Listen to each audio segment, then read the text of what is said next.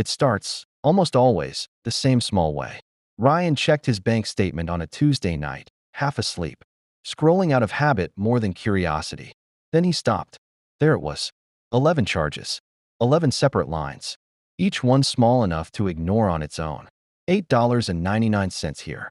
$12.99 there. $24.99 buried in the middle. From an app he didn't even remember opening this month. He added them up on his phone calculator, sure he'd made a mistake. He hadn't. $187. Gone. Every single month. Without him ever once deciding to spend it.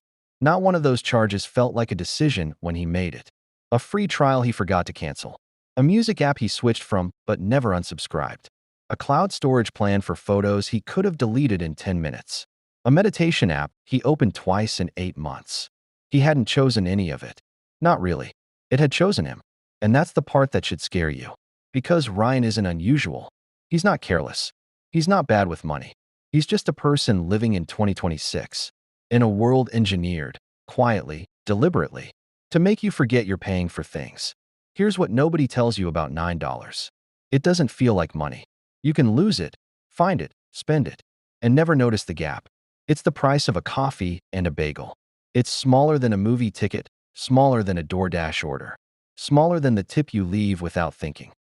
Your brain has a category for amounts like this. And the category is basically, doesn't matter. Companies figured this out before you did. They didn't build subscriptions around what something is worth. They built them around what feels invisible. $9 a month doesn't trigger the part of your brain that asks, can I afford this? $500 would. 9 slides right past it. So they split the big number into small ones. Chop a genuine expense, the kind that would make you pause, into a dozen tiny slices and hand you each slice separately. Once a month, forever. That's not an accident of pricing. That's the entire model. Go back 30 years, and this business simply couldn't have existed at this scale. If you wanted a magazine, you paid once, up front, for the year. You felt it. If you wanted music, you bought the cassette, then the CD. And the shelf of CDs in the corner of the room was a constant. Physical reminder of exactly how much you'd spent chasing songs. Every purchase left a mark you could see. The card changed that a little. The tap-and-go phone changed it completely. Now there's no shelf, no stack, no physical thing sitting in the corner of your room reminding you it exists. There's just a number on a screen, once a month, that you can swipe past in under a second. The friction that used to force you to notice your own spending has been engineered out. On purpose, one update at a time. This isn't a conspiracy theory. It's written into the strategy decks. It's the reason frictionless checkout is treated as a badge of honor in product meetings, not a warning sign. Somewhere in San Francisco, a product manager is looking at a dashboard right now. Not a villain, just someone doing their job. And one of the numbers on that dashboard is called churn. How many people cancel each month? Every subscription. Business on Earth is optimizing to keep that number as close to zero as it can get, which means somebody, somewhere, spent real time deciding exactly how many clicks it should take you to cancel. Deciding whether the cancel button should be gray and small or blue and obvious. Deciding whether to ask, are you sure, once or twice? Or offer you 50% off right at the exact moment you try to leave. Sometimes the cancel option isn't even in the app at all. You have to email support. You have to call a number, sit on hold, and explain yourself to a human being trained to talk you out of it. Some services require you to cancel exactly on the renewal date, not a day before, not a day after. Or the charge goes through anyway, and you wait another full month to try again. The FTC has actually gone after companies for exactly this. Click to subscribe in seconds. Jump through a maze to cancel. None of this is illegal most of the time. None of it is even hidden. It's just built by smart people, funded by your inattention. And it works so well most of us never even notice we're inside it. Now do the math Ryan didn't want to do. $187 a month doesn't sound like it'll ruin anyone. It sounds like a rounding error, a minor inconvenience, the kind of number you shrug at. Over a year, that's just over $2,200. Over 10 years, if nothing changes, if you never audit it, if you just keep living your normal life, that's more than $22,000. Gone. Not stolen. Not lost to some disaster. Just quietly handed over. $9 at a time, to services you mostly forgot existed. And that number doesn't even count what that money could have become if it had gone somewhere else instead. Put in an index fund instead of an app you opened twice. Compounding instead of evaporating. Run it forward properly. $2,200 a year, invested instead of leaked. Growing at a modest 10% for 20 years. That's not $22,000 anymore. That's well past $125,000. A different life. A different retirement. A down payment handled early. Or a business started. Or a kid's college fund built without loans. Nobody sits down and chooses that trade. Nobody thinks, I'll take the app subscriptions over the $125,000. The trade happens anyway, silently, because one side of it is visible every month and the other side only exists as a number too far in the future to feel real. There's a name for what's happening here, and it isn't laziness. Psychologists call it decoupling. The gap between the moment you pay for something and the moment you actually use it. When you buy a coffee, you pay and drink it in the same breath. Pain and pleasure happen together, and your brain files it away correctly. That cost this much, and it was worth it, or it wasn't. A subscription breaks that link on purpose. You pay on the 3rd. You might use the app on the 9th or the 22nd, or not at all. By the time the next charge hits, you've completely forgotten what the last one bought you. The pain of paying and the pleasure of using never sit in the same moment long enough for your brain to judge them honestly. So the judgment never happens. The charge just continues, month after month, on autopilot, because nothing ever forced you to ask the question. There's a second trick sitting right next to this one, and it's just as quiet. Once you've paid for something for 6 months, canceling it starts to feel like a loss, even if you never use it. Behavioral economists call this the sunk cost effect. Your brain whispers, I've already put so much into this. Canceling now would be wasteful, which is backwards. The money's already gone either way.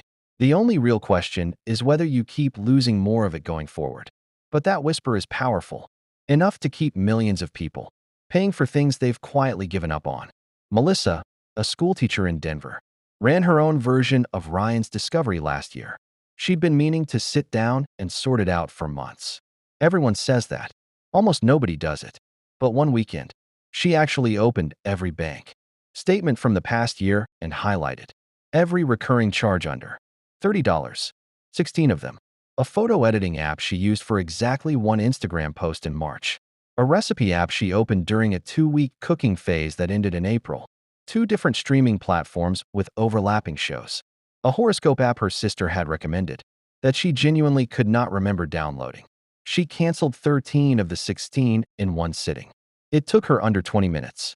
Her monthly outflow dropped by close to $140. Not from a raise. Not from cutting anything she actually valued. Just from finally looking. Compare that to Marcus, a software engineer in Austin, who never did this exercise. He earns well. Genuinely well, more than most people his age. And yet, 3 years in a row, he found himself short on savings by December, wondering where the money had gone, blaming rent, blaming inflation, blaming everything except the 18 small subscriptions quietly running in the background of his bank account. He wasn't reckless. He just never looked. And not looking cost him almost as much as an actual bad habit would have. That's the real divide here. It's not spenders versus savers. It's people who've looked and people who haven't. Marcus eventually did the exercise too, but only after a friend half-jokingly asked him to open his statement during a car ride. The two of them scrolling through it together at a red light. He found 19 recurring charges. 4 of them were for services he'd canceled once already, months earlier, and had somehow resubscribed to without noticing, probably during a moment of boredom late at night. He wasn't angry when he saw it. He just went quiet for a second, the way people do when a number finally makes sense of a feeling they couldn't explain. He canceled all 4 before the light turned green, and canceled another dozen that same night, sitting on his porch with the statement open long after his friend had gone home. Here's the uncomfortable truth underneath all of this. The free trial was never really free. It was a bet. A bet that you're busy enough, distracted enough, forgetful enough, that you won't cancel before the clock runs out. And it's a bet that companies win far more often than they lose. Because most of us are exactly that busy, that distracted, that forgetful. That's not a character flaw. It's just what a normal week looks like. work, family, commuting, 100 small decisions before lunch. Remembering to cancel a 7-day trial for a habit tracker you downloaded at 1 a.m. is never going to be near the top of anyone's priority list. The companies know this better than we do. That's the whole design. And it isn't only individual apps doing this anymore. Bundling has become the newer, sneakier version of the same trick. Buy one plan, and 3 other services get quietly attached to it as included extras, each with their own renewal date buried somewhere in the terms. You never chose them directly. You just never unchecked a box. On a screen you scrolled past in 4 seconds because you were trying to finish signing up before your lunch break ended. It isn't just apps. Once you start looking, you realize the same pattern is everywhere. Wearing different clothes. The gym membership. That renews every month whether or not you've walked through the door since February. The extended warranty tacked onto a phone bill. Quietly charged every quarter for a device you've already replaced. The credit card's premium protection plan. Ticked as default during onboarding. That most people never remember agreeing to.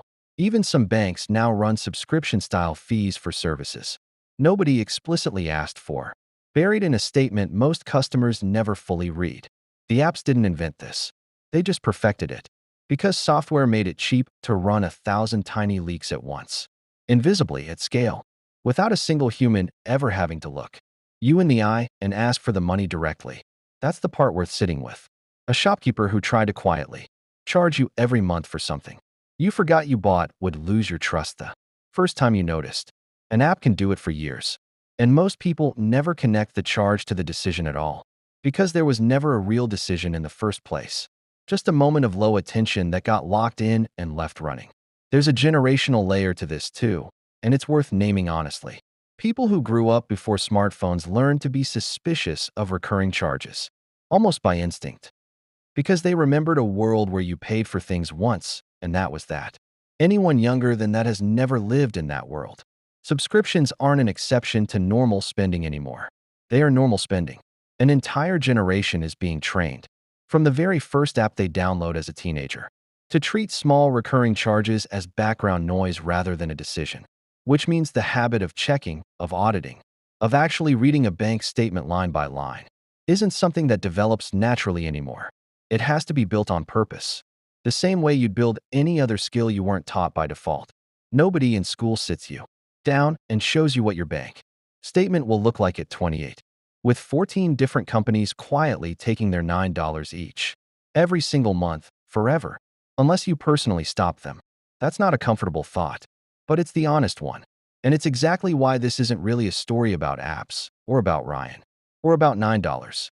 It's a story about attention, and who profits when yours runs low. So what actually breaks the cycle? Not willpower. Willpower is exactly what these systems are built to outlast. They're patient. And you're one tired evening away from forgetting again. What breaks it is the same thing that broke it for Ryan and for Melissa. Making the invisible visible, just once, on purpose. Pull up every statement from the last 3 months. Not your memory of your spending. Your actual bank and card statements. Look for anything recurring, anything under $40. Anything with a name you have to think twice about. Circle every one of them. Then ask a single honest question about each. If this charge stopped tomorrow, would you notice within a week? If the answer is no, you already have your answer. Do this once, properly, and something interesting happens. It stops being a monthly mystery and starts being a list you actually control. Some people set a recurring reminder every 3 months to run the same check again. Because new subscriptions have a way of creeping back in quietly, the same way they arrived the first time. None of this means never subscribing to anything. $9 a month for something you genuinely use. That genuinely adds value to your life. That's not the enemy here. Nobody's asking you to cancel Spotify if you listen to it every single day. The enemy is the version that runs on autopilot. The one that never gets questioned. The one you'd be embarrassed to explain if someone asked you. Right now, to justify it. Ryan didn't become rich the week he canceled those 8 subscriptions. That's not how this works. And anyone who tells you it is selling you something. What changed was smaller than that, and stranger than that. He started actually looking at where his money went, instead of assuming he already knew. And once you start looking, really looking, it's very hard to go back to not looking. He took the $187 he freed up and did something almost boring with it. He set up an automatic transfer, the same day his paycheck landed, into a simple index fund. No excitement, no dopamine hit, just a quiet redirection of money that used to disappear into apps he never used. Now going somewhere it could actually grow. 2 years later, when he checked that fund balance, it was the first time in a long while that a number on his phone made him smile instead of wince. He tells people now, half joking, that the most profitable 10 minutes of his year weren't spent at work. They were spent scrolling through a bank statement he'd been too tired to open for months, circling charges he'd forgotten he was paying for. Melissa says something similar. She didn't feel richer the day she canceled those 13 subscriptions. Nothing about her life looked different from the outside. But 6 months later, when her car needed an unexpected repair, she paid for it without opening a single Buy Now Pay Later app, without asking anyone for help, without the small quiet panic that used to come with any surprise expense. The $140 a month she'd stopped leaking had simply become a cushion she didn't know she'd built. That's the strange thing about this kind of money. It never announces itself when it's gone, and it never announces itself when it's saved either. It just quietly decides, over years, whether you're the kind of person who has options when life throws something unexpected at you, or the kind of person who doesn't. Nobody chooses that outcome directly. It gets chosen for you, $9 at a time, by default, unless you interrupt it. Because the moment you see the pattern in your own statements, in your own name, you can't unsee it.